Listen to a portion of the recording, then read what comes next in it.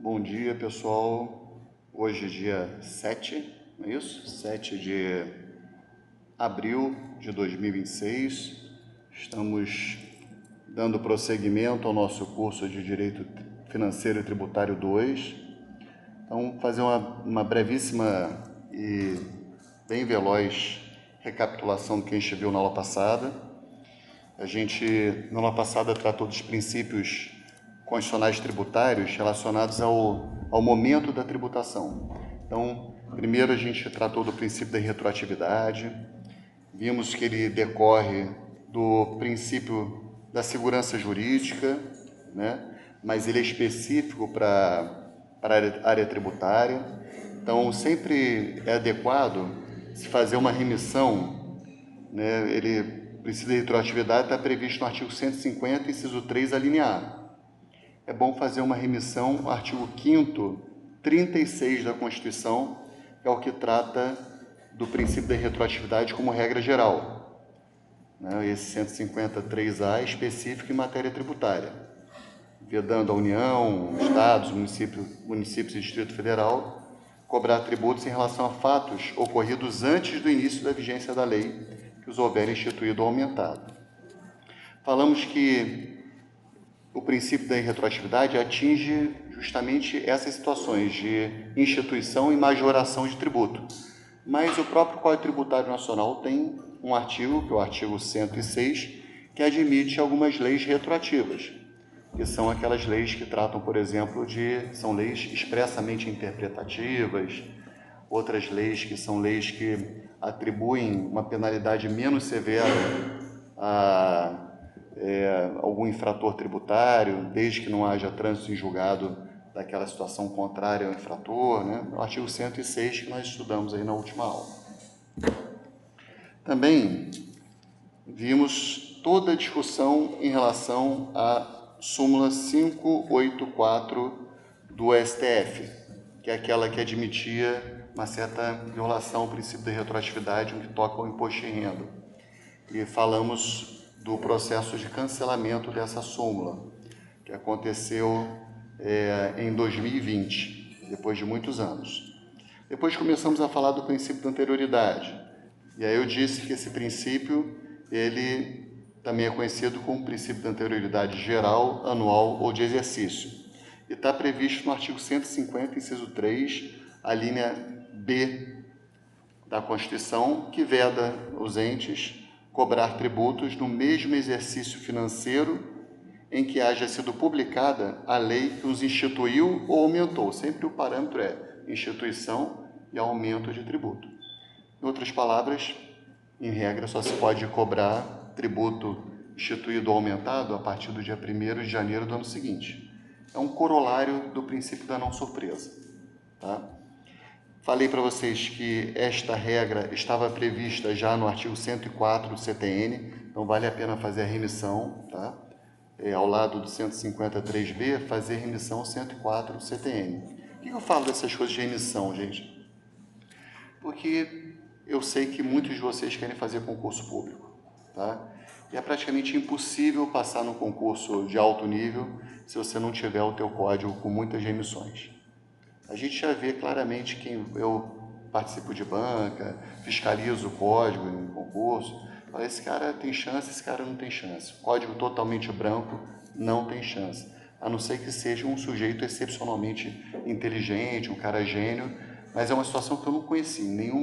Eu tenho 48 anos, eu não conheci nenhum cara gênio a esse ponto em toda a minha vida, que possa conhecer todo o direito de memória, todos os artigos, todas as referências, certo? Então, é provável que vocês sejam pessoas normais, com inteligência boa, superior, acredito nisso. Mas gênio que não precisa anotar nada é mais raro, pessoal. Pode ser que tenha aí, mas é bem mais raro, tá? Então, anotem, por favor, eu aconselho, anotem a remissão 104 do CTN ao lado do 153B, para vocês poderem fazer essa referência, tudo bem? O 104, ele já existia, mas era exclusivo para imposto sobre patrimônio ou renda, certo?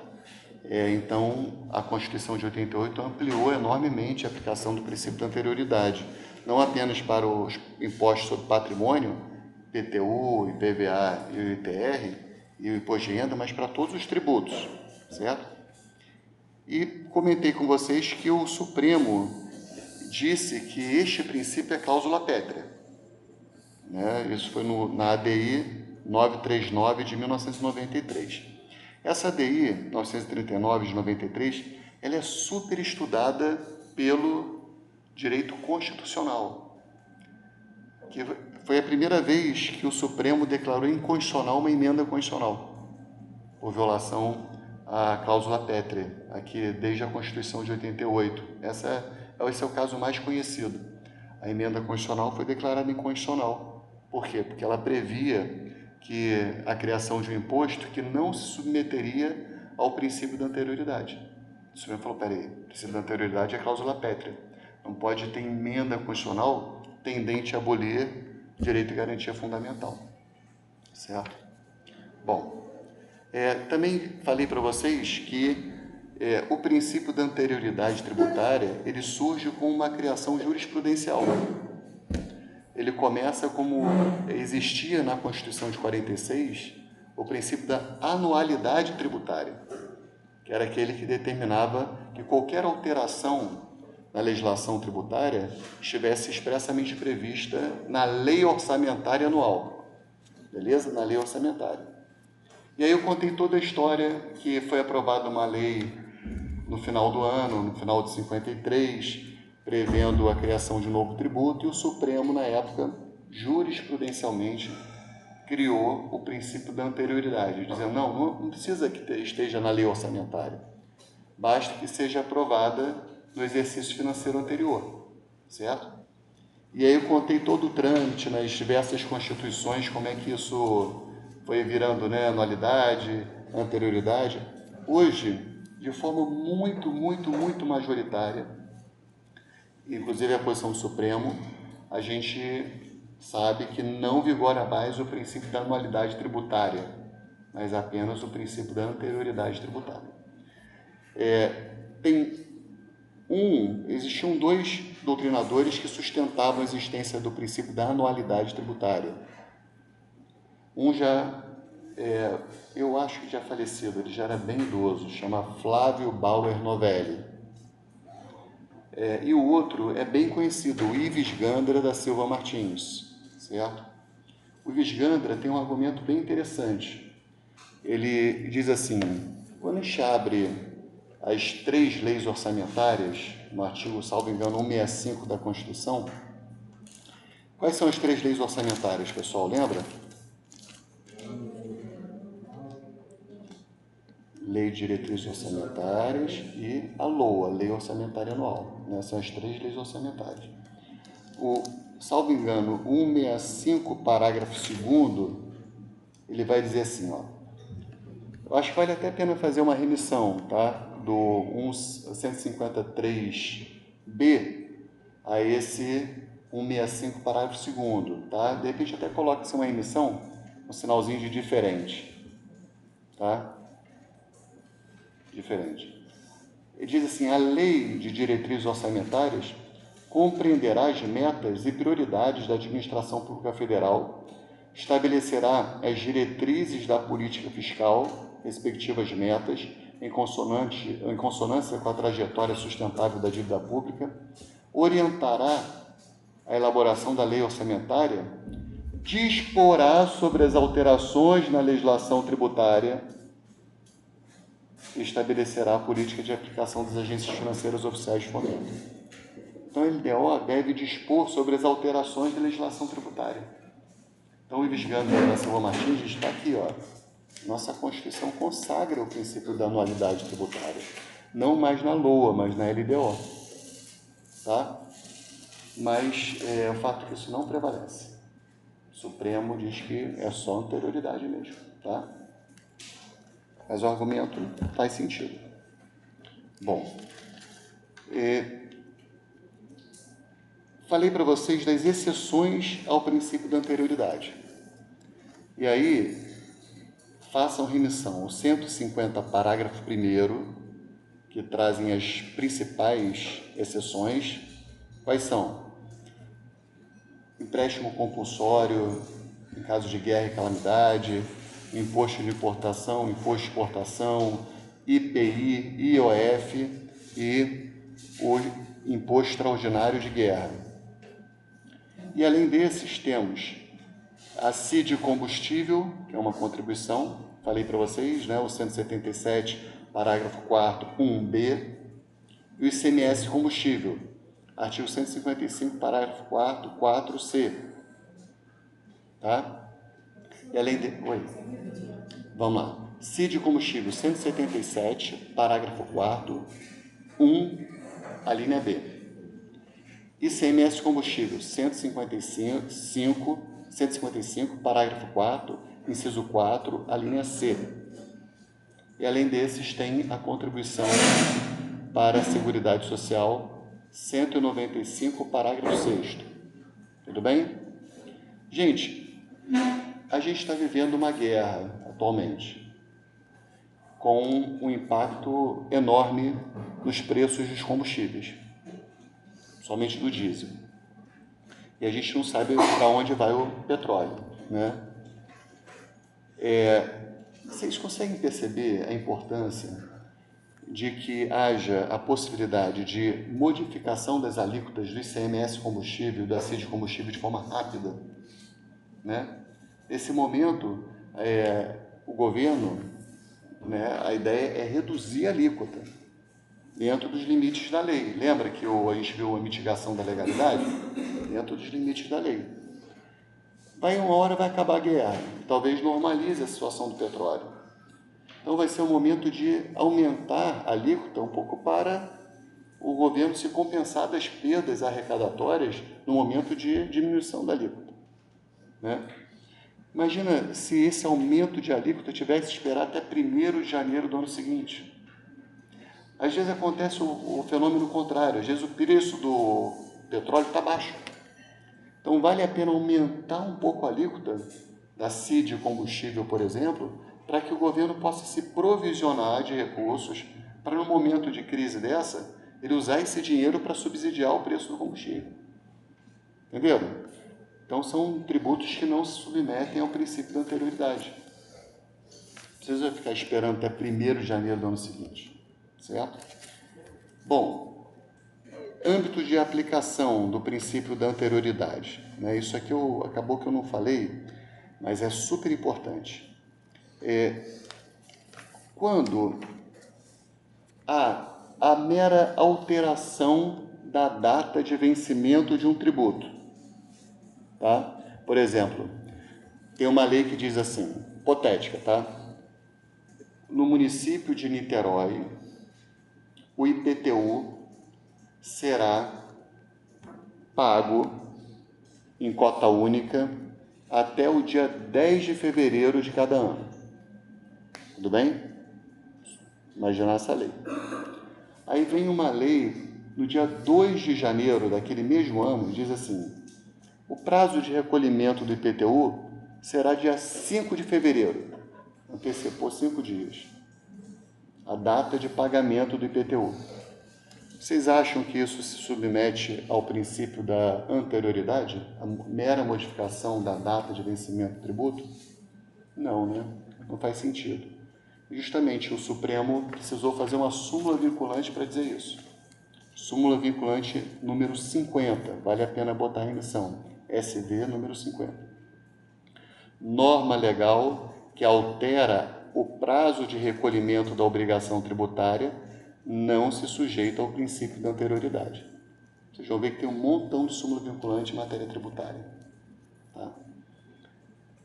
Outra coisa importante, pessoal, e aí eu mencionei, eu acho, na última aula para vocês. Imagina que haja uma isenção tributária, dizendo que essa atividade não pagará o imposto sobre serviço. Tá? Por exemplo, quem estabelecer cursos preparatórios para concursos, para Enem, no município de Niterói, pagará a alíquota de 2%, que é a alíquota mínima do ISS. É um benefício fiscal, pode chegar até 5%. E aí, várias empresas se estabelecem, instituições de ensino se estabelecem e tal, pá. Naquele mesmo ano, por exemplo, em julho, é revogada essa isenção para as instituições de ensino, isenção parcial. Faz sentido que a alíquota cheia de 5% passe a ser cobrada imediatamente naquele mesmo ano? O Supremo entendia no passado que sim. Tá? Tem uma decisão do Carlos Veloso, muito famosa, que ele dizia assim, o princípio constitucional da anualidade, aquele, né, botou anualidade, mas ele estava se referindo à anterioridade, não se aplica à revogação da isenção do ICMS. Era uma decisão na década de 90, pessoal. Tá legal? Deixa eu ver o número aqui direitinho. 122. Enfim, vou ficar devendo. Ah, não, tem assim, perdão, pessoal, olha só. De 96, tá? Na verdade, o que eu li para vocês era uma súmula antiga do STF, a súmula 615, que tratava de anualidade mesmo. A decisão do Carlos Veloso, de 96, dizia assim: revogada a isenção, o tributo volta a ser imediatamente exigível, sendo impertinente a invocação do princípio da anterioridade. Essa era a visão do Supremo em 1996.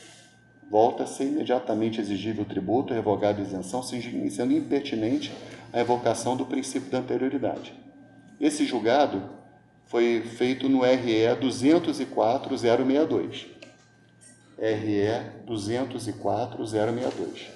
Só que ao longo dos anos, o Supremo foi apontando para uma mudança de jurisprudência, até que houve uma decisão do plenário dizendo que houve expressamente uma mudança de entendimento do Supremo em relação ao ponto, na decisão do Pleno em 2019.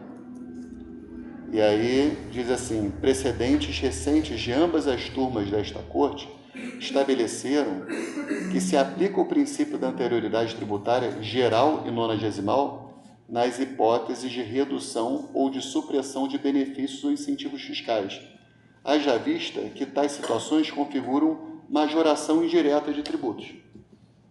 É como se fosse uma majoração, efeito econômico de um aumento de tributos. Esse RE é o RE 564225, tá? Alexandre de Moraes.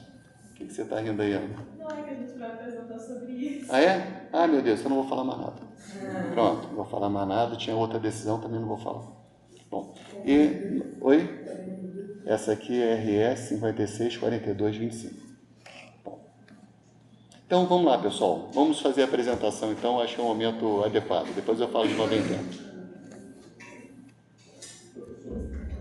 Só poderia, por favor, repetir a súmula 20 A súmula 20 é 50. 50. Súmula 20. Vou aumentar aqui o microfone. Melhorou um pouquinho o volume aí atrás? Não. Tá legal? Na hora eu estava... Na hora. Show. Bom dia, gente. Bom dia. Eu e a Ana ficamos com o princípio da anterioridade. Então, a gente trouxe o tema 1333, que trata da aplicação desse princípio nas hipóteses de redução ou supressão de benefícios ou incentivos fiscais que resultem na majoração indireta dos tributos. Partindo do começo, então, esse caso ele vai girar em torno da disputa de uma cobrança de ICMS após a revogação de um benefício fiscal. Então, de um lado, a gente vai ter o Estado do Pará e o outro, a empresa Souza Cruz S.A. Então, tudo vai começar com o Decreto 4.725 de 2001, que instituiu um regime tributário favorável para essa empresa, fixando em 16,6.667% a alíquota do ICMS envolvendo operações internas de fundos manufaturados.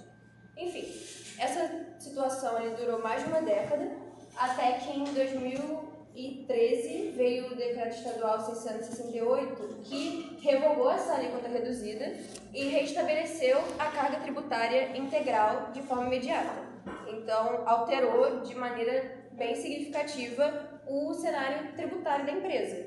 Então, a divergência ela começou justamente porque o Estado ele passou a exigir de maneira imediata esse pagamento maior, enquanto a empresa continuou pagando o imposto durante os meses de março e abril de 2013, ainda considerando o benefício fiscal.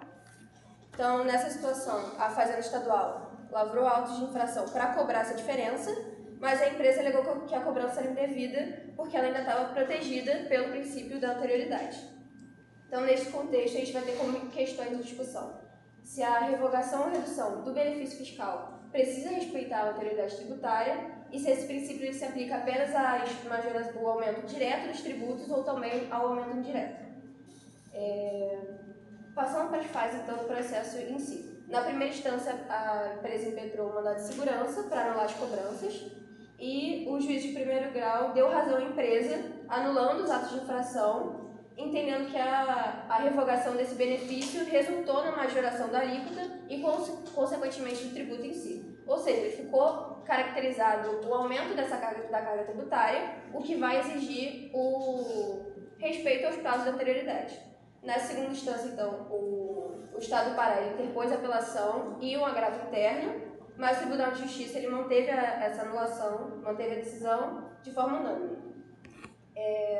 O Estado do Pará, então, interpôs um recurso extraordinário, alegando violação ao artigo 150, inciso 3, linhas B e C da Constituição, que são os que tratam da anterioridade. O recurso foi admitido e selecionado como representativo de controvérsia. Além disso, o Estado ele também alegou contrariedade à súmula 615, que foi o que o professor também já citou, que fala que o princípio constitucional da anualidade não se aplica à revogação de isenção do ICM. Então, ele vai estabelecer no recurso lá, ele estabelece uma comparação defendendo que se é possível revogar uma isenção fiscal e restabelecer um tributo sem observar esses prazos, então ainda com mais razão seria possível revogar um benefício fiscal que só reduzia a carga tributária nessas mesmas condições. Então, só que para a gente considerar a súmula 615, a gente tem que entender que ela é de 1984. Então, tudo que ela traz o princípio da anualidade e o ICM. Esse entendimento ele foi, como você também já citou, ele foi sendo superado pela jurisprudência do próprio tribunal. Mas, basicamente é isso. No recurso, o Estado ele argumentou, então, que o princípio da anterioridade ele só se aplicaria à criação ou aumento direto dos tributos e não revogação ou redução de benefício fiscal. Então, o aumento ele decorre da retirada do benefício, ele seria apenas indireto e não exigiria o respeito ao princípio da anterioridade. E também defendeu que não houve uma inovação tributária e só o retorno da cobrança normal do imposto. Então, estaria só restabelecendo uma carga tributária que já existia antes do benefício. Esses foram, então, basicamente os principais argumentos do Estado. E com isso eu encerro a minha parte e passo para a Ana falar sobre a decisão do STF. Sobre a decisão do STF propriamente dita, o STF negou o provimento ao recurso por unanimidade e reconheceu a repercussão geral do recurso, e aí manteve o autor do recorrido. E o relator do caso foi o Barroso, e em suas razões de decidir trazidas pelo ministro Barroso, ele basicamente estabeleceu uma linha de raciocínio que era a seguinte. Primeiro, que de fato a gente tinha uma majoração indireta do tributo, porque justamente como o Camilo falou, o aumento da alíquota implicava consequentemente no aumento do valor a ser cobrado daquele tributo, porque ele argumenta que esse restabelecimento da carga tributária normal não poderia ser um argumento utilizado porque você tinha que olhar a carga tributária real ou material que recaía sobre aquele contribuinte. Então você tinha que ver quanto na prática ele estava pagando. Então, quando na prática ele estava pagando agora um valor maior, fazia sentido ele ser protegido pelo princípio da anterioridade, né, justamente para assegurar a segurança jurídica, a previsibilidade e o planejamento financeiro daquele contribuinte. E por isso a conclusão que se chegou era que, justamente para evitar que o sujeito passivo ele fosse surpreendido por uma carga tributária maior, por esse princípio da vedação à surpresa, ele deveria ter, sim, assegurado o princípio da anterioridade. E, em seguida, ele argumentou que isso era possível, essa conclusão era possível, porque, no caso, a relação jurídica tributária envolvia o ICMS, que estava, sim, protegido pelo princípio, deveria obedecer ao princípio da anterioridade, E ele argumenta que haviam exceções constitucionais, como por exemplo até o IOF, por exemplo, que como eles não respeitariam a anterioridade, por exemplo, o IOF não respeita nem a anterioridade nonagesimal nem anual. Então a revogação de benefício fiscal envolvendo o IOF você poderia cobrar de imediato. Mas como o ICMS era um tributo que por si só já respeitaria o princípio da anterioridade, fazia sentido que a revogação desse benefício fiscal sobre o ICMS ele também tivesse essa proteção jurídica. E o Barroso também se utiliza na sua fundamentação alguns precedentes do STF, que já tinha se posicionado sobre o tema. Por exemplo, o RE 564-225, a ADI 2325 e o tema 856. E com o intuito dele justamente tornar a jurisprudência uníssona sobre aquele assunto, ele propôs uma tese, que era justamente que se aplica a anterioridade geral nonagesimal nas hipóteses de redução de supressão de benefícios fiscais que resulta em uma geração direta de tributos, observadas as determinações e exceções constitucionais para cada tributo, que aí envolve as exceções constitucionais, que não trazidas aqui, que não respeitam a anterioridade, aí você poderia cobrar. E aí o Dias Toffoli acompanha o relator quanto à tese e também com reconhecimento de repercussão geral e com relação à resolução do caso concreto. E por fim, eu achei interessante trazer que o Flávio Dino, eu não achei qual foi a repercussão prática disso, porque não foi fixada na tese, mas ele sugeriu uma complementação daquela tese de que no caso de revogação de benefício fiscal que decorresse de uma nulidade daquela concessão daquele benefício, ou seja, se o contribuinte desistisse de má fé para conseguir aquele benefício fiscal e aí depois houvesse a revogação desse benefício por conta dessa nulidade que fosse reconhecida, você poderia cobrar de imediato, porque eu acho que fazia sentido, no sentido de que o indivíduo não poderia se beneficiar da própria torpeza. E também, se aquele benefício era nulo, ele, desde a origem, não produz efeitos, né? Então, é como se não tivesse sido implantado. Ah, tá. Mas aí acabou que essa sugestão do Flávio Dino não foi incorporada na tese, a redação final não foi, essa redação final realmente foi fixada pelo Barroso. E é basicamente isso.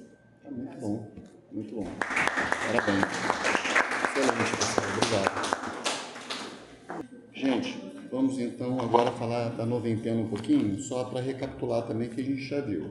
Então, lembrando, princípio da noventena, também chamado de princípio de anterioridade nonagesimal ou anterioridade mitigada, ele não tinha previsão na Constituição para todos os tributos. Tá? Isso só foi introduzido pela emenda constitucional número 42 de 2003. E por que ele só existia, esse princípio, para as contribuições para a Seguridade Social? Tá? E aí, o que acontece, pessoal? Era muito comum, falei na última aula também, que a União promovesse alterações na legislação tributária no dia 31 de dezembro. Isso fazia com que aquele tributo pudesse passar a ser cobrado a partir do dia seguinte, 1º de janeiro. E estava super respeitada a anterioridade geral. Então, a doutrina motivou a doutrina produziu vários textos, teses de mestrado e tudo, e o Congresso se mobilizou por emenda constitucional, introduzir a noventena para todos os tributos, certo? Tem as exceções que a gente vai ver também, mas ele passa a ser incluído no 153C da Constituição. Antigamente, só tinha previsão para as contribuições sociais de custeio da Seguridade Social no artigo 195, parágrafo 6º da Constituição. Tem alguns doutrinadores, pessoal, Regina Helena Costa, do STJ, por exemplo, que fazem uma diferenciação do nome. Uns chamam, por exemplo, noventena para o que existia das contribuições para o custeio da Seguridade Social, outros chamam de anterioridade mitigada, anterioridade especial, nonagesimal, que é mais comum. Então, os nomes vão variando, tá? Mas, no fundo, é o mesmo fenômeno, esperar 90 dias para a possibilidade de cobrança daquele tributo. Então, agora, nesses casos em que a alteração da legislação tributária acontece dia 31 de dezembro, já não pode mais cobrar no dia seguinte, tem que esperar 90 dias para cobrar. Tá? Exceções, pessoal, são basicamente as mesmas da anterioridade geral, mas tem algumas pequenas diferenças, tá? Também estão previstas principalmente no artigo 150, parágrafo 1º, então vale fazer a referência. Lá no 153C, façam remissão ao 150, parágrafo 1º, tá? Que vai dizer que a vedação do inciso 3C, que é a noventena, não se aplica aos tributos previstos. Aí começa igualzinho. Empréstimo compulsório de guerra e calamidade, 148.1. 153.1, imposto de importação. 153.2, imposto de exportação. 153.3, imposto de renda. Então, é o seguinte, pessoal, quando for alterada a legislação do imposto de renda no dia 31 de dezembro, ela já pode valer a partir do dia 1º de janeiro, certo?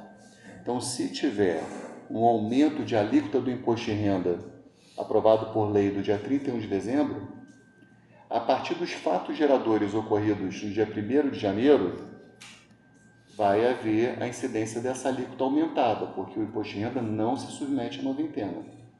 Tudo bem? E aí, esse imposto de renda, ele só vai ser declarado em abril do ano seguinte. Por quê? Porque foi revogada a súmula 584, então, beleza? Então, essa é a lógica da coisa. Agora, por exemplo, o IPI, ele é exceção ao princípio da anterioridade geral, mas não é exceção à noventena. Então, acho que eu comentei isso, né, na aula passada, né? O Reginaldo lembrava, acho que o Érico lembrava também, no momento em que a Dilma reduziu lá o IPI e depois reaumentou. A propaganda era, aproveitem, últimos dias do IPI reduzido. Na verdade, era o transcurso do prazo da noventena, porque o IPI se submete à noventena. Bom, IOF não se submete também à noventena. 154.2, que é o imposto extraordinário de guerra, e aqui tem uma coisa diferente. Nem a fixação da base de cálculo dos impostos previstos no 155.3 e 156.1 da Constituição. O que são esses impostos do 155.3 e do 156.1? 155.3 é o IPVA e o 156.1 é o IPTU. Tá? Como é que é cobrado o IPVA e o IPTU, gente? Vocês acham que os fiscais do Estado, eles vão olhar cada carro de cada pessoa do Estado para dizer, bom, o valor desse carro aqui é tanto. O carro do Caio está bem conservado.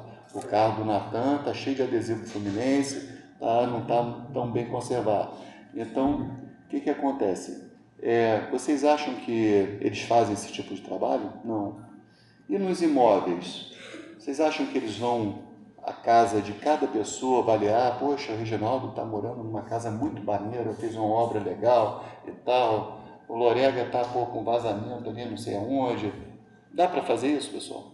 Não dá. Então, existem umas, no IPTU, eles chamam de planta geral de valores, ou planta genérica de valores. Tá? E no IPVA, se adota um critério objetivo, que no caso da maior parte dos estados, para apurar a base de cálculo daquele automóvel, é a famosa tabela FIPE. Já ouviram falar nessa tabela, né? Tabela FIPE. Então, se a lei do Estado diz assim, a base de cálculo do IPVA será o valor daquele automóvel na tabela FIPE. A lei do município vai dizer, a base de cálculo dos imóveis municipais será esse algoritmo aqui, que leva em consideração a idade do imóvel, se ele está perto ou longe de comunidade, se ele é de frente, se ele é de fundos, se ele tem vista para o mar. E uma das variáveis do algoritmo é a localização dele. E para a localização, existe essa planta geral de valores, que vai dizer assim, o trecho da Presidente Pedreira, entre a Nilo Peçanha e a Paulo Alves, né? Nunca sei se é Paulo Alves ou Paulo César. É Paulo Alves, aqui no Ingá, né? Paulo César, ela é perto do Abel, né? Então, entre a Paulo Alves e a Nilo Peçanha, o metro quadrado desses imóveis, ele está R$800. Entre a Nilo Peçanha e a Presidente Domiciano, sei lá, é R$870, entendeu? Então, a planta geral de valores vai ter esses dados que vão ser jogados nessa conta, pessoal, nesse algoritmo. É só assim que dá para calcular o negócio. Não dá para ir lá em 1 milhão de imóveis e dar o valor para cada ano, entendeu? Bom, isso é aprovado por lei. A lei que diz a base de cálculo de IPVA é a tabela FIP. E é uma lei estadual. E a outra, a base de cálculo do IPTU vai ser a planta geral de valores, mais esse algoritmo, é uma lei. Tudo bem? Bom, imaginem, pessoal, que haja uma percepção que esse algoritmo está desatualizado. Agora, os imóveis mais antigos, eles são mais valiosos.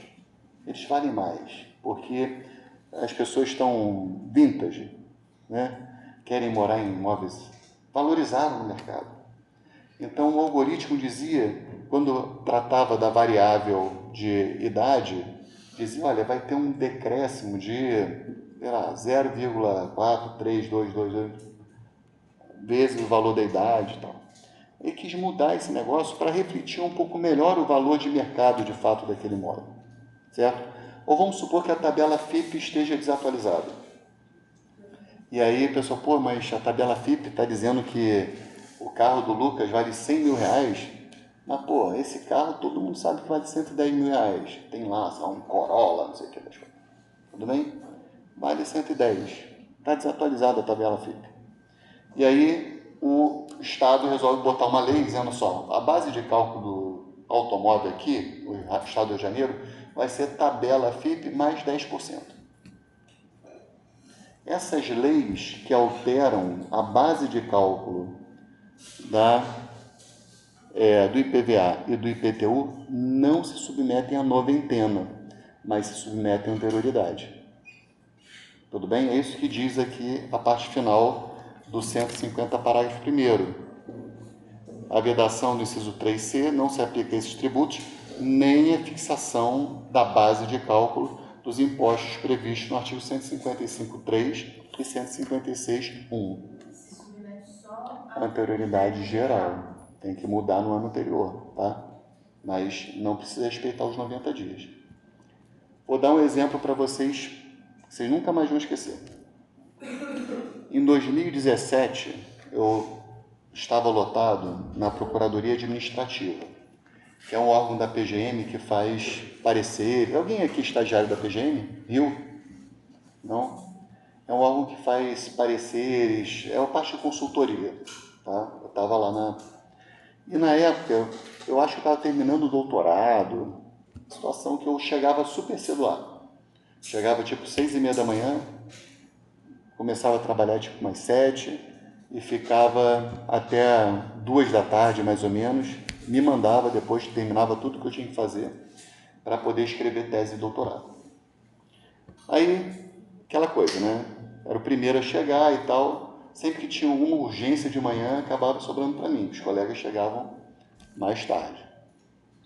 E aí, teve um dia que eu estava lá e uma pessoa chegou e falou, olha só, você tem que preparar as razões de veto desses artigos aqui, desse projeto de lei, e tem que entregar isso até hoje às 18 horas. Eu falei, mas que lei é essa? É toda a reforma tributária do município do Rio de Janeiro, imposta lá feita no governo do Crivella.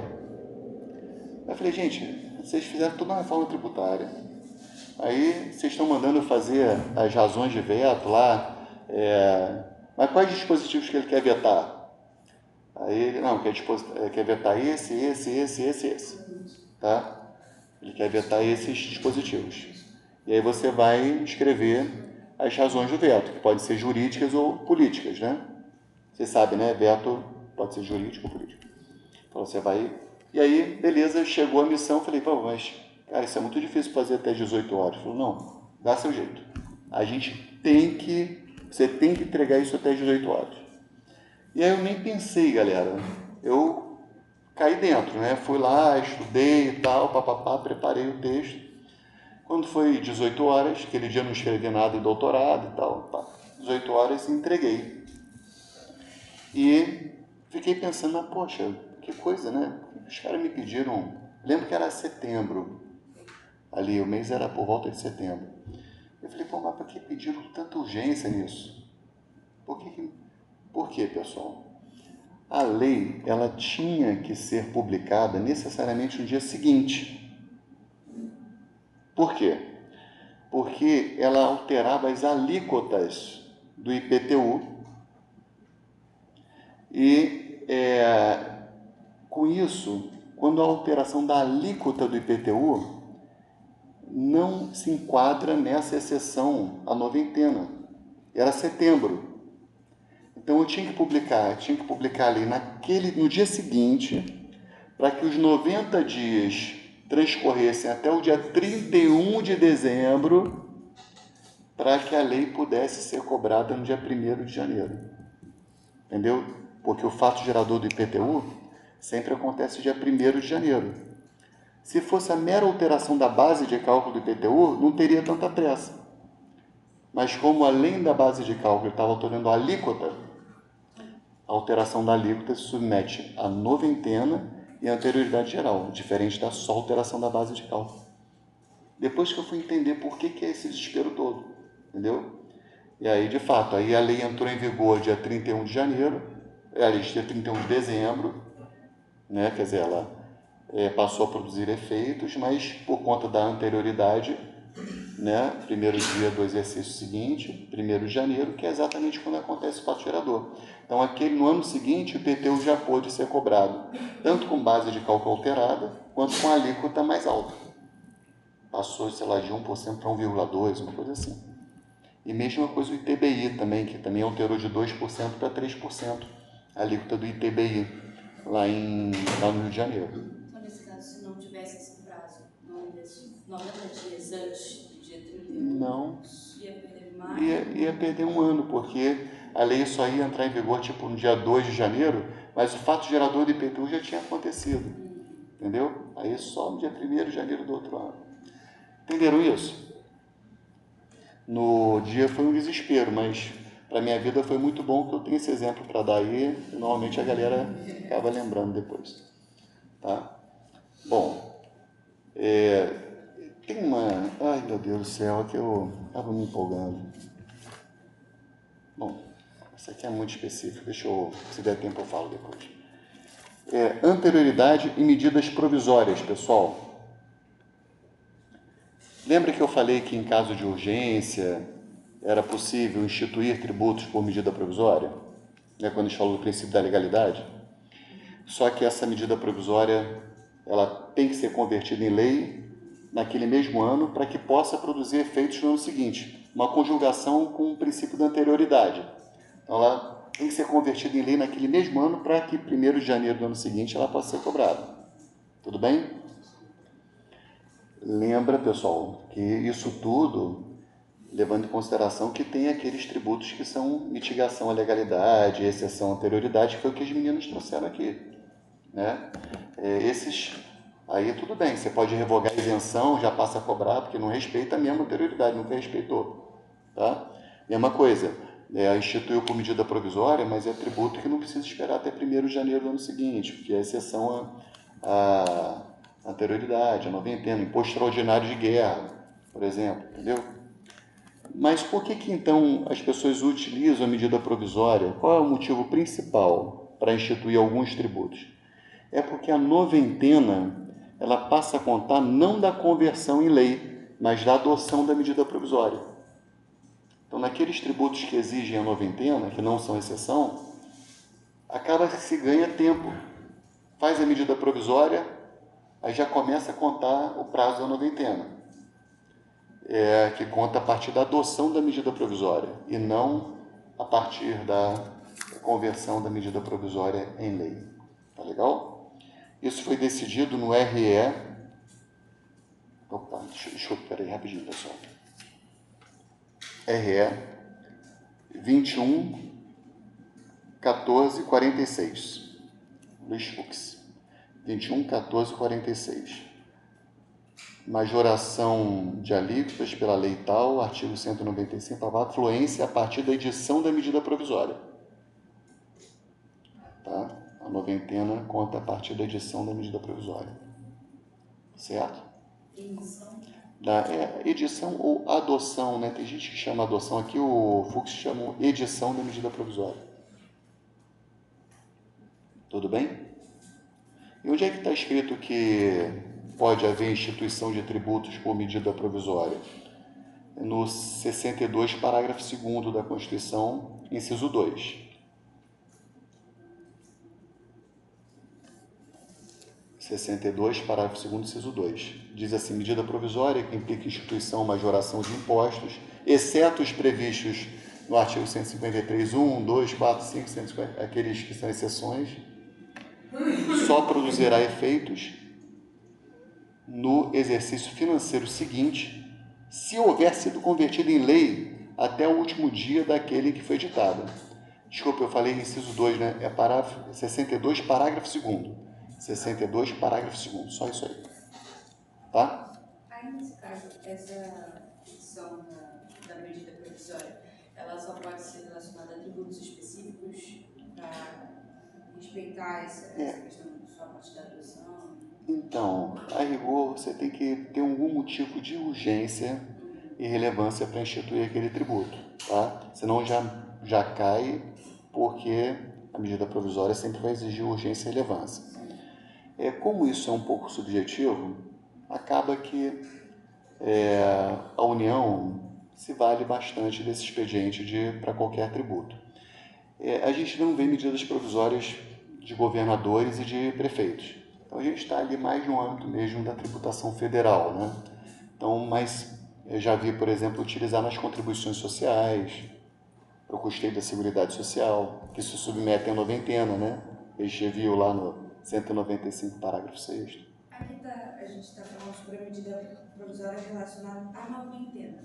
E relacionada à questão da anterioridade geral? Então, aí ela mesma responde esse parágrafo 2º, que vai dizer assim: medida provisória que implica instituição ou majoração de impostos, exceto os previstos nos artigos tais, só produzirá efeitos no exercício financeiro seguinte, ou seja, ela está pressupondo a anterioridade geral, se houver sido convertida em lei até o último dia daquele que foi editada. Entendeu? Então, ela vai respeitar em regra a anterioridade geral. E mais que isso, tem que ser convertida em lei no exercício anterior. Tá? É como se a Constituição desse com uma mão e tirasse com a outra. Na prática, o que vale, a vantagem é só a contagem do prazo da noventena. Principalmente para aqueles tributos que precisam da noventena. Exatamente. E da anterioridade geral. Exatamente. Tá legal? Fala. Uma dúvida, porque eu tinha visto que os impostos que são editados por meio de lei complementar, não poderiam ser previstos. Não poderiam ser previstos. Só que a contribuição para a Seguridade Social não é só residual. Só a contribuição residual para o custeio da Seguridade. O que acontece? A Constituição, no artigo 195, ela já prevê algumas contribuições para o custeio da Seguridade Social.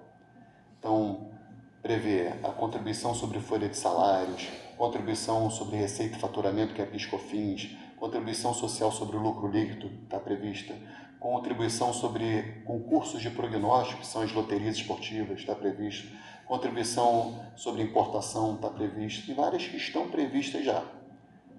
Essas podem ser feitas por lei ordinária.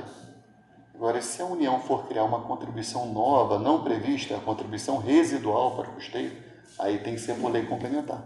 Tudo bem? Lembrando, pessoal, Ana Luísa, né?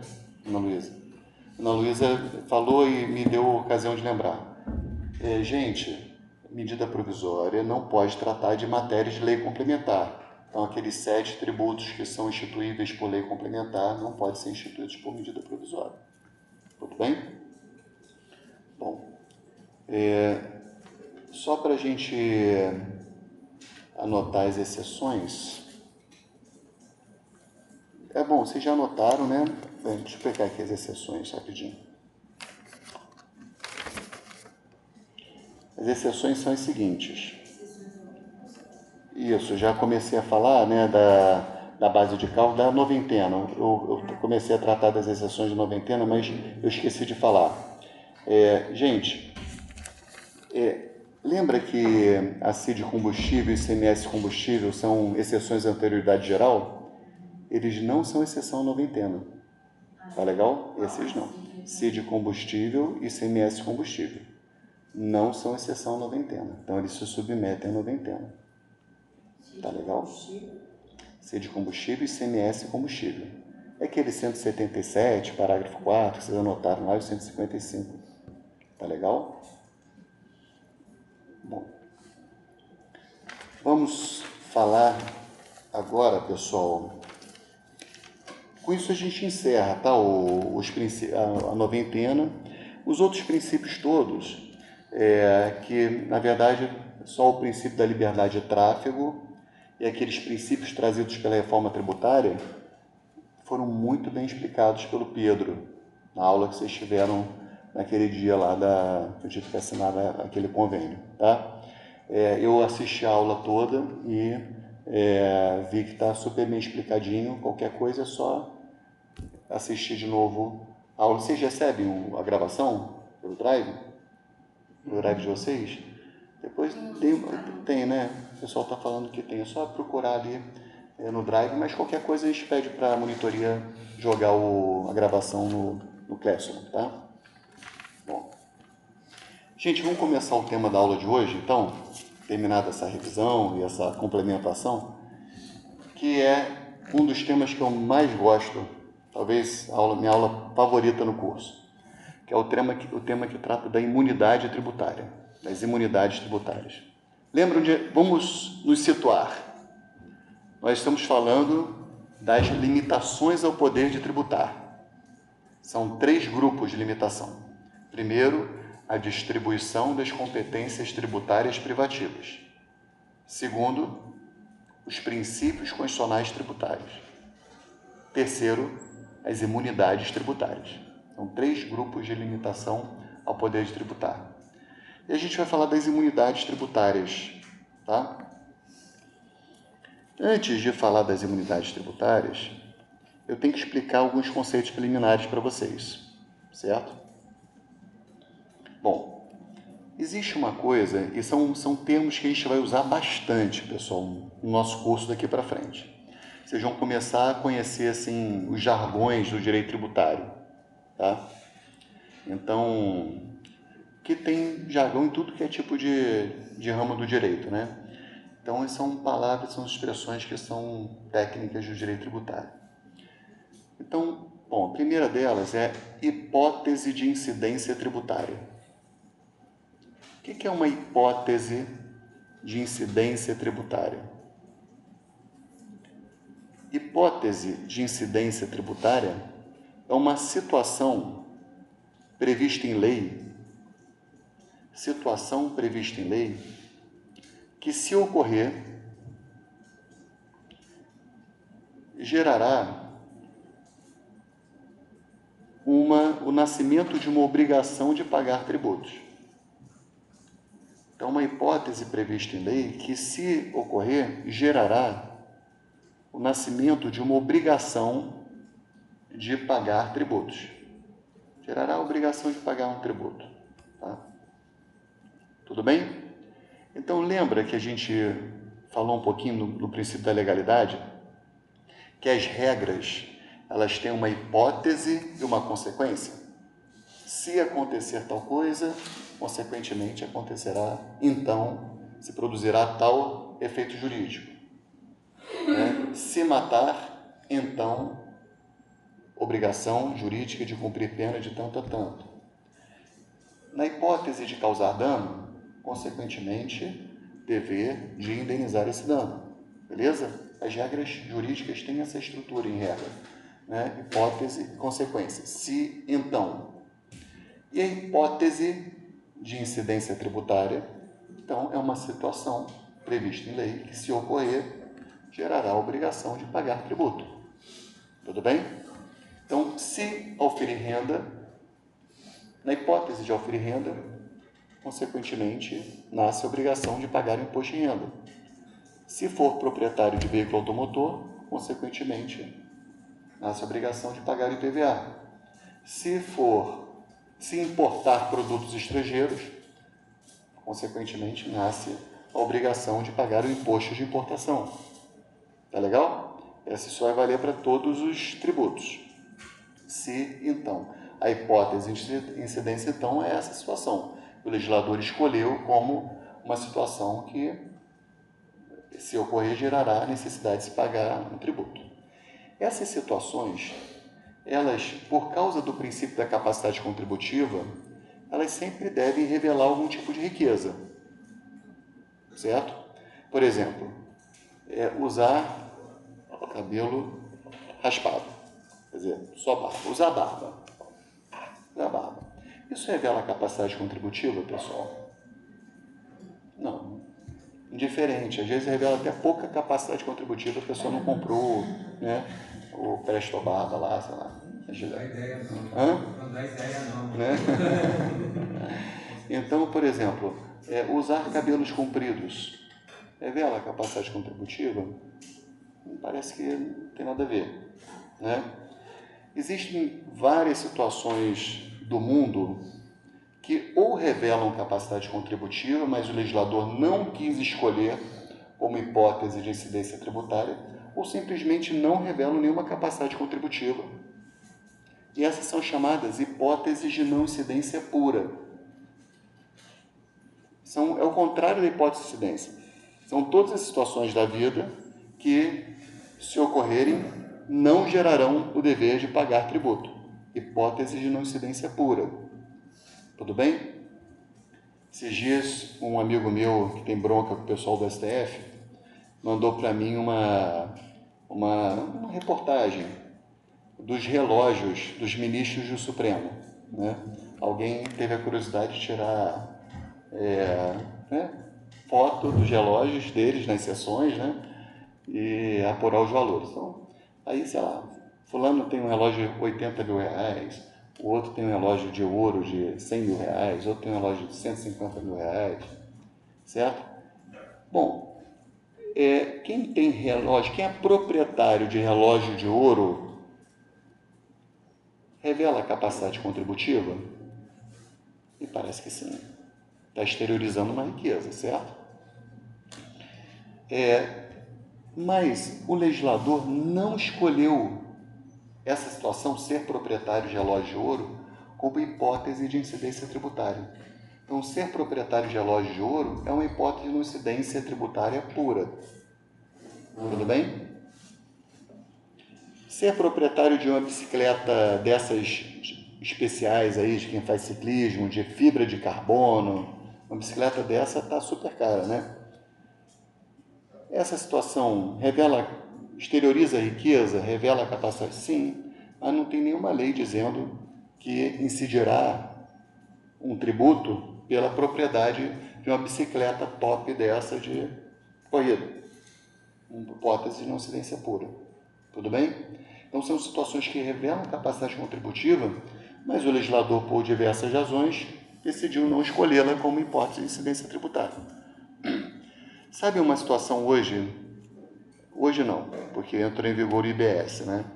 Mas antes da reforma tributária, uma situação que se tornou hipótese de não incidência tributária pura, que revela muita capacidade contributiva, a atividade de locação de bens móveis.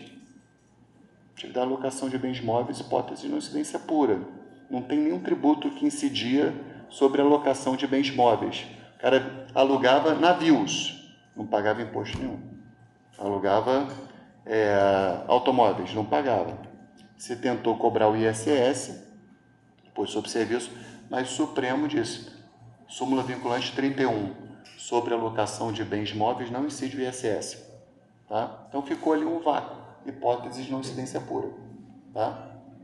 Bom, agora tem algumas situações, pessoal, que a Constituição, ela determina que não haja incidência de tributos. Ela não se contenta com silêncio.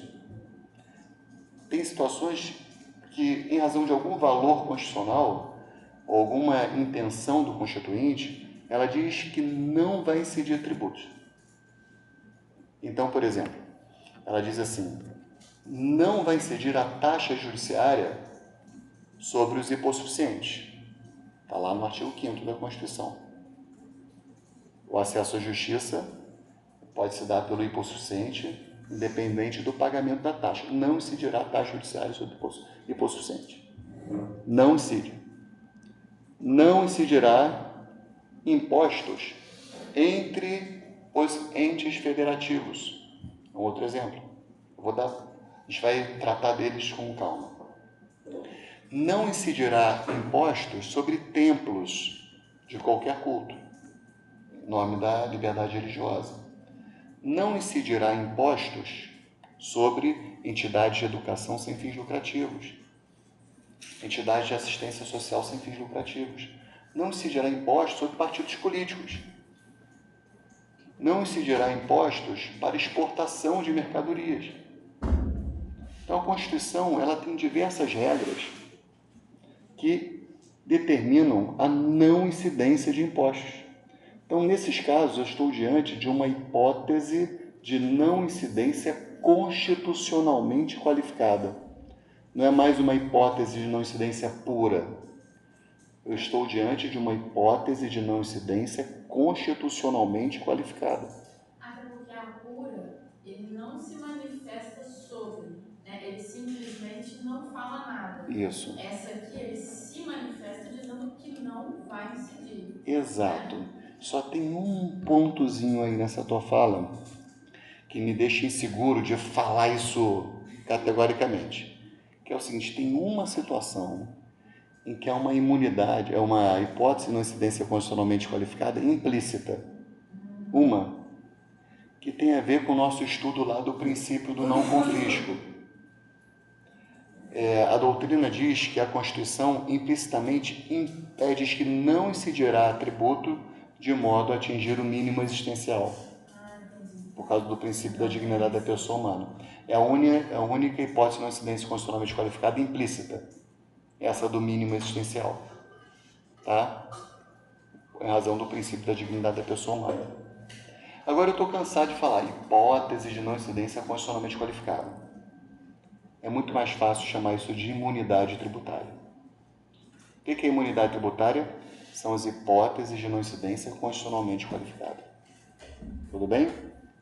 Então, são as situações que a Constituição determina que não incidirá o imposto. Isso que é imunidade tributária.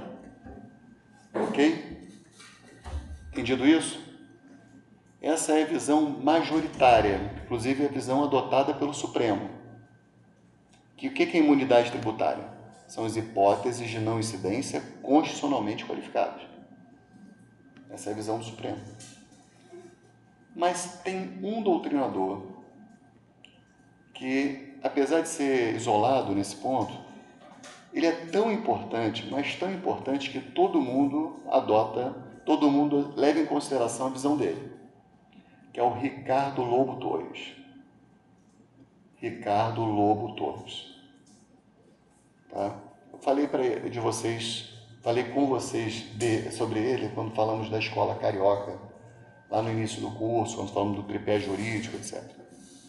O Ricardo Lobo Torres tem um tratado, pessoal, de direito tributário. São 6 volumes, se eu não me engano.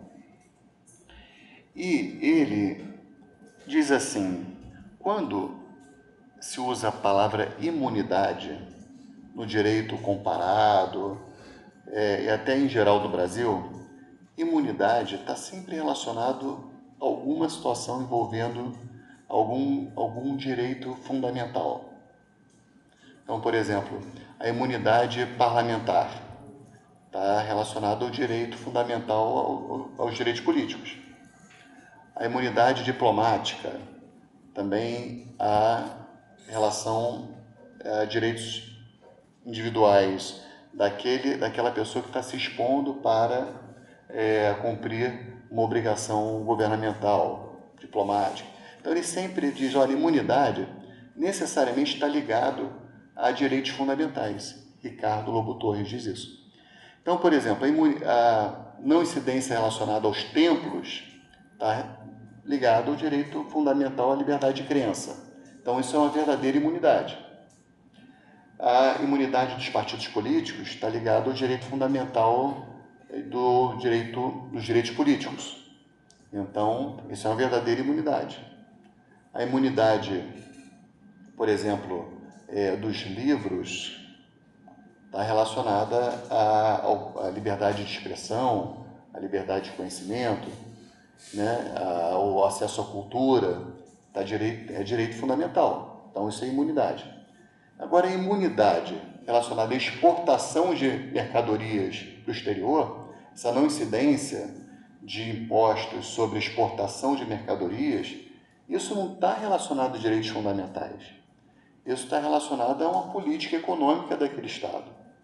Então, essas hipóteses de não incidência, constitucionalmente qualificadas, não seriam propriamente imunidades.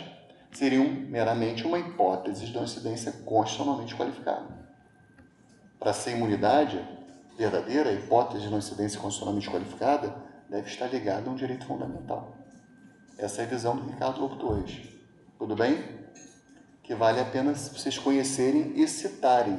Por exemplo, todas as provas que eu faço de monitoria, quando tem prova oral e o Marco Antônio está na banca, o Marco Antônio sempre pergunta sobre essa visão do Ricardo Lobo Torres. Salvo engano, Marco Antônio nosso aqui, né, professor nosso de financeiro e tributário, Marco Antônio, ele adota essa visão do Ricardo Lobo Torres, tá? Agora, qual o problema? O problema é que o Supremo, ele já disse no RE 374933 o seguinte: ao meu sentir, o debate ocorrido naquela sentada acerca do artigo 155, parágrafo 10b, que é uma hipótese de não incidência relacionada ao ICMS, albergaria uma norma de imunidade ou não incidência. A imunidade não deixa de ser uma hipótese de não incidência constitucionalmente qualificada. Ele diz assim, olha, essa discussão, se a coisa é uma imunidade ou uma não incidência, não importa muito, ao meu ver. A imunidade não deixa de ser uma hipótese de não incidência constitucionalmente qualificada. Certo? É a visão do Dias Toffoli, que foi acompanhada por todos. Beleza? Então, mas nesse caso o senhor não acredita ser uma atecnia, né? Nesse caso é simplesmente jurisprudência doutrinária. Isso. Eu acho que a gente pode, na minha visão, pessoal, a gente pode facilitar. Dizer que toda hipótese não incidência constitucionalmente qualificada é uma imunidade. Eu estou com essa doutrina majoritária e com as decisões do Supremo. Que a gente tem que ter muito cuidado para abrir classificações diferentes, tem que ter uma utilidade muito prática, senão a gente começa a complicar muito o direito, entendeu? Eu entendo as razões do Ricardo Lobo Torres, 100%, de falar que imunidade, a gente tem que ter cuidado no uso dessa palavra e tal, mas acho que a gente tem que ter cuidado de criar um montão de classificações diferentes. Me parece que tranquilamente, e a maior parte da doutrina entende assim, você pode chamar todas as hipóteses de não incidência constitucionalmente qualificada de imunidade. O que o STF quis dizer é que o efeito prático disso Então, não importa o não nome importa, que ele tenha. exatamente. E que ele acha que pode chamar tranquilamente isso, e pode chamar de imunidade mesmo aquelas que não estão relacionadas a direitos fundamentais. Fala. Professor, uma dúvida. As imunidades têm essa reserva constitucional, então não pode ser criada uma imunidade por lei? Então, quando a gente tem um benefício fiscal, uma hipótese de não incidência legalmente qualificada, não mais constitucionalmente, mas legalmente, em geral a gente chama isso de isenção, não chama de imunidade. Tá? Tem uma certa polêmica aí em relação a isso, tá? Se a isenção é uma hipótese de não incidência legalmente qualificada. Mas vários doutrinadores dizem que existem 3 hipóteses de não incidência. Ou não incidência tributária pura, ou não incidência tributária constitucionalmente qualificada, que são as imunidades tributárias, e as hipóteses de não incidência legalmente qualificadas, que são as isenções. Tudo bem? Qual seria a diferença de imunidade para isenção? Basicamente 3, pessoal. Primeira, imunidade está na Constituição. Isenção está na lei. Tudo bem? Segunda, imunidade é constitucional. Isenção é legal, infraconstitucional. Essa é a primeira. Segunda, imunidade, em regra, irrevogável. E as isenções, em regra, são revogáveis.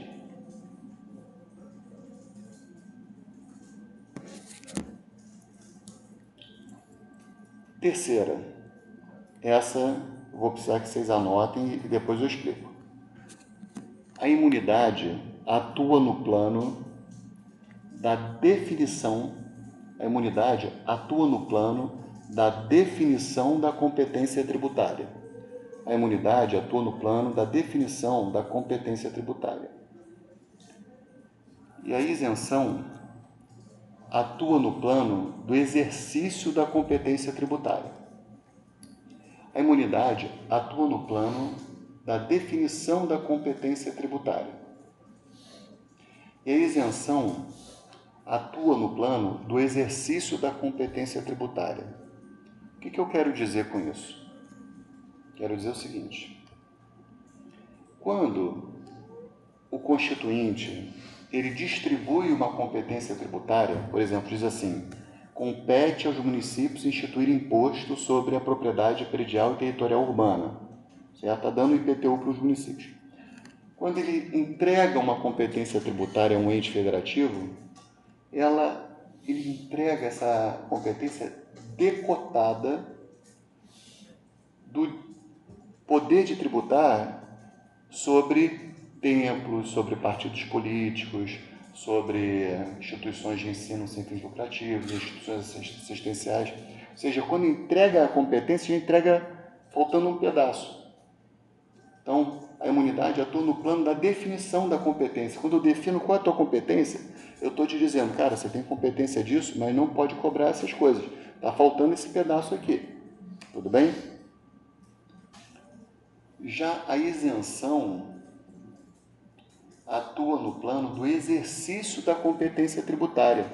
Lembra que a competência tributária é a prerrogativa de instituir e regulamentar, disciplinar tributos conforme a distribuição constitucional? Então, aquele IPTU recebido pelo município. O município recebeu competência tributária para instituir o IPTU e para regulamentar. Então, ele vai e faz a lei instituindo o IPTU. E aí ele vai regulamentar esse IPTU, ele vai exercer, é o exercício da competência tributária, ele vai exercer a competência tributária. No exercício ele diz assim: olha, no meu município, imóveis que tenham interesse cultural, arquitetônico, artístico, paisagístico, não pagará IPTU, ou dar isenção, porque eu vejo interesse público nisso, aqui no meu município.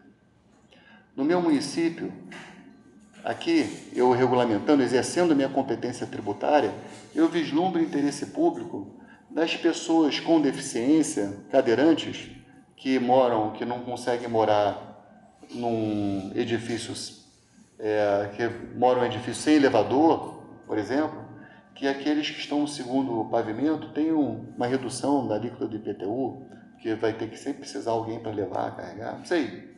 Estou bolando aqui algumas isenções, né?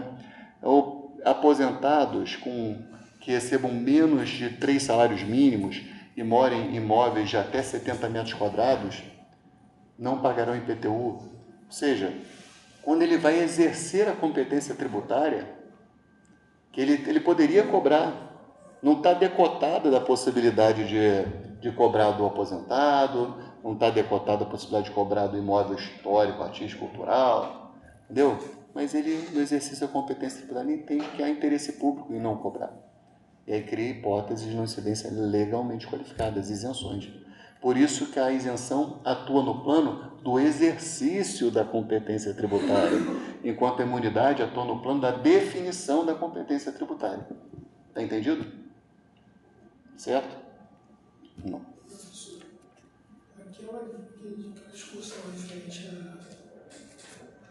à hipótese de não incidência verificada constitucionalmente, que é a imunidade como atinente especificamente a questão de direitos fundamentais, seria muito útil num eventual projeto político que visasse desconstitucionalizar grande parte da matéria tributária, porque aí você garantiria pelo menos aquilo que fosse de direito fundamental, a proteção constitucional. Mas, Lucas, isso já está protegido, independente do nome que a gente dê, entendeu?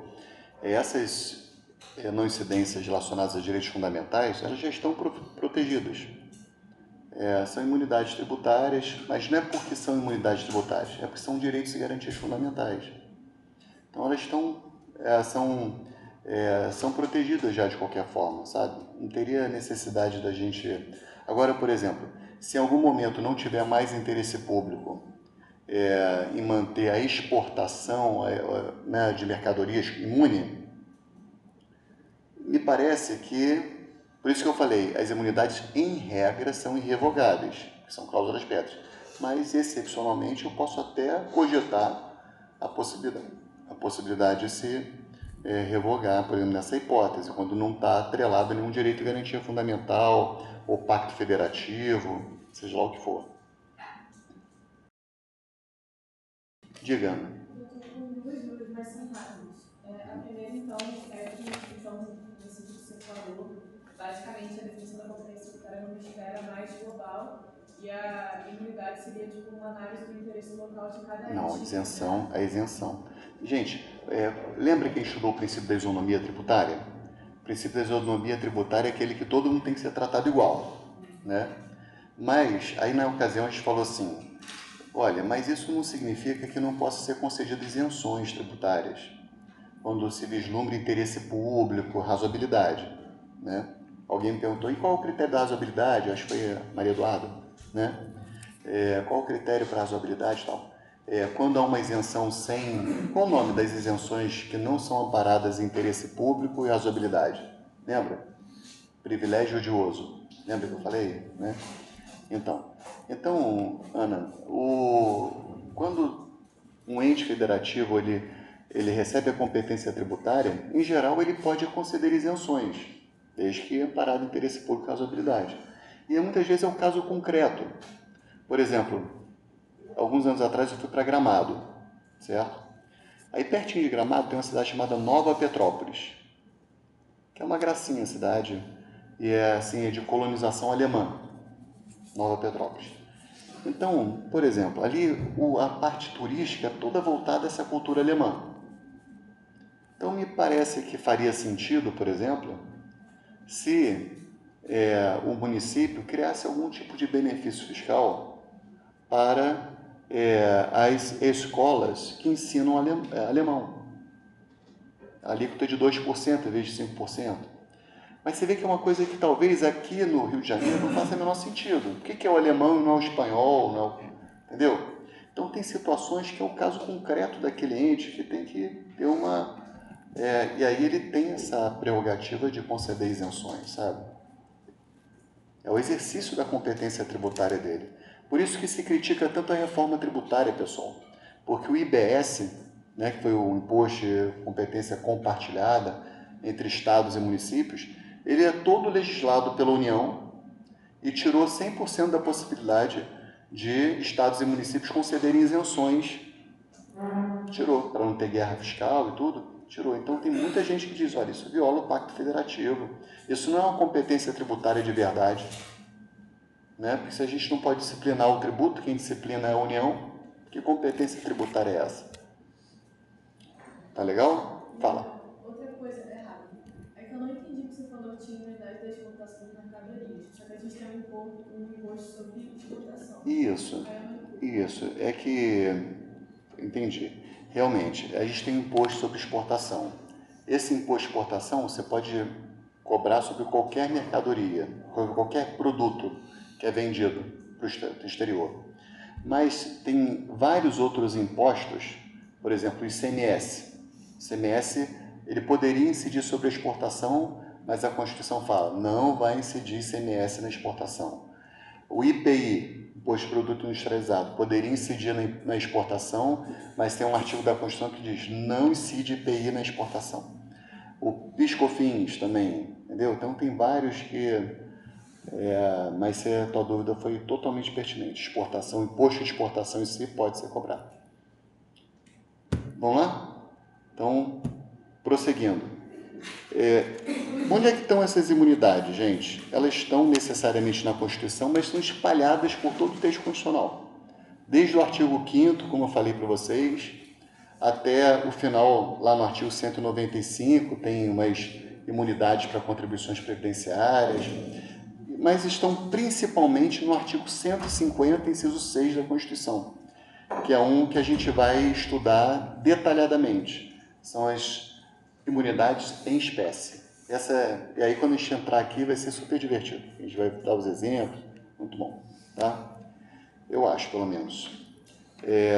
Bom, imunidade dos livros, imunidade, se pode ser DROM, livro em audiolivro, livro eletrônico, as discussões são bem interessantes. Antes da gente prosseguir nessa análise das imunidades em espécie, só para a gente ter também mais uns conceitos assim preliminares. Existem as chamadas imunidades objetivas e imunidades subjetivas. Imunidades objetivas e subjetivas. O que são as imunidades objetivas? São aquelas que incidem sobre objetos, certo? Exemplo, imunidade dos livros, revistas, jornais, periódicos. Tudo bem? Isso é imunidade objetiva. Incide sobre determinado objeto, independente de quem está comprando essa revista, esse jornal, esse livro. Tá? A imunidade subjetiva incide sobre sujeitos, sobre pessoas. Então, por exemplo, imunidade das entidades de assistência social sem fins lucrativos. É uma entidade, pessoa. Imunidade subjetiva. Imunidade dos entes públicos. Né? Dos templos religiosos também? Aí que está. Templo, isso é a maior discussão que tinha antigamente, né? Tem uma imunidade que a Constituição dizia assim, não é vedada a instituição de impostos, nem eram todos os tributos, sobre templos de qualquer culto. Templos. Templo não é a entidade religiosa, pessoal. Então, na redação originária, me parece que o Constituinte quis estabelecer uma imunidade objetiva. Era o templo, tá? Mas, jurisprudencialmente, a gente vai ver daqui a pouquinho, o Supremo foi estendendo para as entidades religiosas, até que a reforma tributária agora expressamente colocou vedado cobrar sobre entidades religiosas e templos. Então, colocou subjetivo e objetivo no mesmo dispositivo. Tudo bem? Entendido? Bom, outra coisa, gente. Do direito privado, a obrigação acessória segue a... desculpa, Érico, diga aí. Eu vou fazer uma pergunta. Quando se cria, eu não sei se o termo correto é imunidade ou isenção, ou poderia ser um ou outro. Mas vou falar aqui qualquer coisa, você me corrige. Deixa eu só te alertar que vai ficar fácil. Se for constitucional, imunidade. Se for infraconstitucional, isenção. Ainda assim, eu estou na dúvida. Então fala. Por exemplo, houve a Covid e aí, em virtude disso, alguns setores foram dispensados de pagar algum tributo. Existe uma nomenclatura para isso? Isenção. Porque se tivesse uma norma constitucional dizendo assim, em caso de calamidade pública, não haverá incidência desses tributos. Aí seria uma imunidade. Mas no caso concreto não existe. Ou seja, uma isenção pode ficar posteriormente. Uma isenção já aconteceu, por exemplo, no estado do Rio de Janeiro, o município do Rio de Janeiro, ele previa, em atenção aos evangélicos, ele previa que os imóveis locados para ser templos de qualquer culto, os imóveis locados. Então, o imóvel pertencia a um particular, pertencia à igreja, mas ele era alugado, né, para a igreja, e ali se desenvolvia atividade religiosa. Esses imóveis, eles eram isentos de IPTU, tá? Isso não tem nada a ver com a imunidade prevista na Constituição. A imunidade, ela prevê que é para o templo, né, pressupondo que o proprietário do templo seja o que vai desenvolver a atividade, senão fica fácil, pessoal, também assim, isso pode gerar um problema. O cara tem um imóvel particular, né, tem imóvel e alugo para um templo, e aí eu fico sem pagar IPTU, né, mas, enfim, o município do Rio viu o interesse público nisso e deu isenção, não havia imunidade, mas depois houve uma mudança constitucional para que isso fosse expressamente previsto na Constituição, no artigo 156 do IPTU. Então, era uma isenção que se tornou uma imunidade. Mas para que uma isenção se torne uma imunidade, é necessário que haja emenda constitucional, transforme aquela norma em norma constitucional. Tá legal? É exatamente essa a ideia. É isso. Às vezes acontece. Se transformou em imunidade por causa da palavra entidade religiosa e não mais... Não, era porque na ideia original, a propriedade daquele imóvel tinha que ser da entidade religiosa, que usava para templo. Tá? O que houve de mudança, e a gente vai ver isso, vai ter aula sobre isso. Tá? Próxima aula a gente vai tratar bastante desse assunto. A mudança é que agora aquele templo é protegido ainda que o proprietário não seja a entidade religiosa, seja um qualquer particular, né? E aquele imóvel está sendo utilizado simplesmente para templo, mas a gente vai ver isso na aula que vem. Tudo bem? Só estou dando os aspectos assim mais gerais. Outra coisa, pessoal, no direito privado, a obrigação principal, a acessória segue a principal, não é isso? Estudar em direito obrigacional, né? Direito tributário, não. Então, por exemplo, ainda que haja uma imunidade em uma determinada situação, ainda assim é necessário que esse ente imune ele faça as tais obrigações acessórias. São obrigações de fazer alguma coisa ou deixar de fazer no interesse da arrecadação e fiscalização. Então, por exemplo, Colégio São Vicente de Paulo, aqui em Niterói. Vicente de Paulo é uma entidade imune, entidade educacional, sem fins lucrativos, preenche requisitos para ter imunidade. Mas o São Vicente emite notas fiscais. Ele tem escrituração. A nota fiscal é assim, né? Às vezes a gente recebe lá por causa do meu filho. Cobrou, sei lá, R$ 1.500 de mensalidade. Tributo, 0. Motivo, imunidade. Certo? Mas emitiu nota fiscal. Ele, por exemplo, tem escrituração fiscal. Eles têm livros fiscais, devem anotar tudo direitinho. Então, a imunidade não desobriga o contribuinte de cumprir as obrigações acessórias pertinentes. Você e depois o Caio. Quando essa obrigação acessória era cumprida e se torna uma obrigação principal, essa multa não vai ganhar direito. Pois é. Nesse caso, vai ter uma sistemática diferente, né? Não vai se tornar uma obrigação... Vai se tornar uma obrigação, sim. Vai se tornar uma obrigação principal de pagar multa. Mas, se eu falar disso agora, você vai dar um nó na cabeça da galera. Mas se torna uma obrigação principal, sim. Mas aí ele vai ter a obrigação principal de pagar multa, mas não vai ter a obrigação principal de pagar tributo, tá? Mas não vamos falar disso agora não, senão a galera vai ficar... Pô, mas como assim? Obrigação tributária principal de pagar multa, mas multa não é sanção paratilícita? Depois a gente chega lá. Caio. Na verdade, agora eu vi uma hipótese mais... Eu pensei em botar o colar aqui com possibilidade, mas acho que não precisa. No caso, por exemplo, o São Vicente de Paula, ele entra pela imunidade de entidade de educação, mas agora está pelas duas, tem duplo fundamento, depois da reforma. Apesar que é o seguinte, pessoal, a Irmandade São Vicente de Paulo, eu tenho dúvida se é uma entidade religiosa, tá? Eu acho que não, acho que é uma confraria leiga, tá? Embora tivessem freiras lá em algum momento, tudo, tá?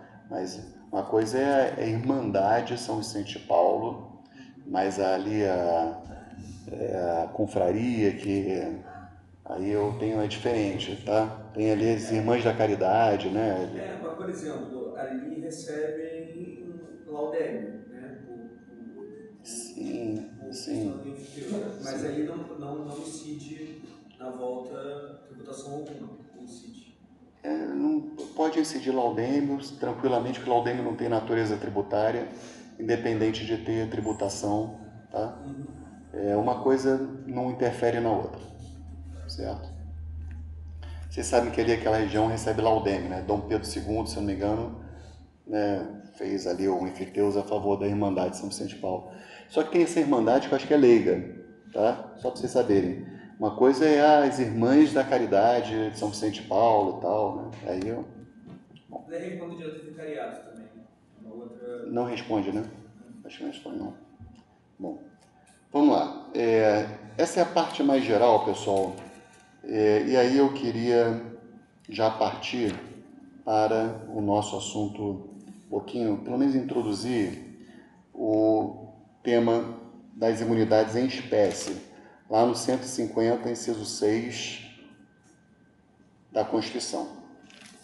O artigo 150, inciso 6 da Constituição, vai dizer o seguinte: sem prejuízo de outras garantias, é assegurado ao contribuinte e é vedado à União, Estados, Distrito Federal e os municípios. 6. Instituir impostos sobre. Queria que vocês grifassem a palavra impostos, porque eu vou trazer uma série de imunidades que dizem respeito só a impostos, não dizem respeito a taxas, contribuições de melhoria, empréstimo compulsório e contribuições especiais.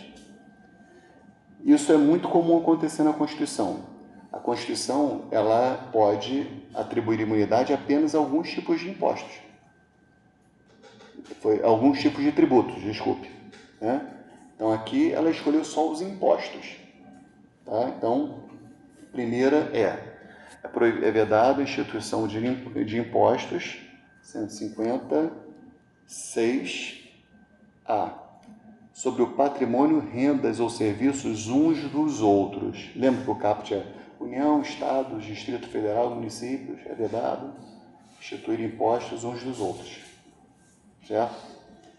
Isso, pessoal, essa proibição que um ente tem de cobrar imposto sobre outro ente é chamado de imunidade recíproca.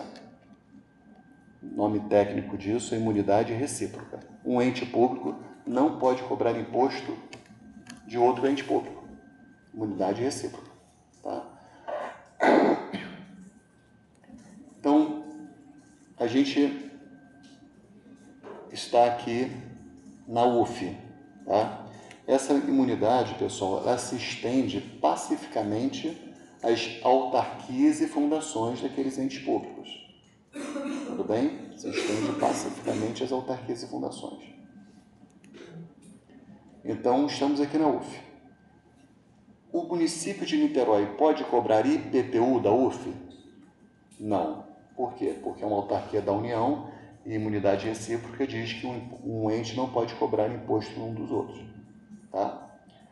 Agora, o município de Niterói pode cobrar taxa de coleta domiciliar de lixo da UF? Tranquilamente. Pode cobrar. Normalmente concedem isenções. Tá? No exercício da competência tributária, ele diz, poxa, não tem interesse público de cobrar isso da UF, não. Aí dá isenção. Mas não poderia cobrar se quisesse, porque a imunidade não tem. Só tem imunidade para impostos, não tem para taxas. Certo? Isso é super importante. Muita gente erra isso, né? Diz que a imunidade é para todos os tributos, mas é só para os impostos nesses que eu estou lendo aqui para vocês. Certo? Outra coisa, a Constituição diz assim, é vedado instituir impostos sobre, rapidinho, sempre perco aqui, patrimônio, renda ou serviços uns dos outros. Parece que a Constituição dá uma certa restringida. Impostos sobre o patrimônio, quais são? IPTU, IPVA e o ITR. Imposto sobre a renda, qual que é? Imposto de renda. Imposto sobre serviços, qual que é? O ISS e agora o IBS também, né? Mas olha, bom, e o IOF? E o imposto de importação? E o imposto de exportação? Eles não são impostos sobre patrimônio, renda ou serviço. Mas o Supremo entendeu que essa imunidade abrange todos os impostos. Todos. Porque, no fundo, todos eles atingem de alguma forma o patrimônio daquele ente. Certo? Então, o Supremo decidiu que todos os impostos são abrangidos por essa imunidade. Tá legal? Queria achar o julgado aqui para vocês.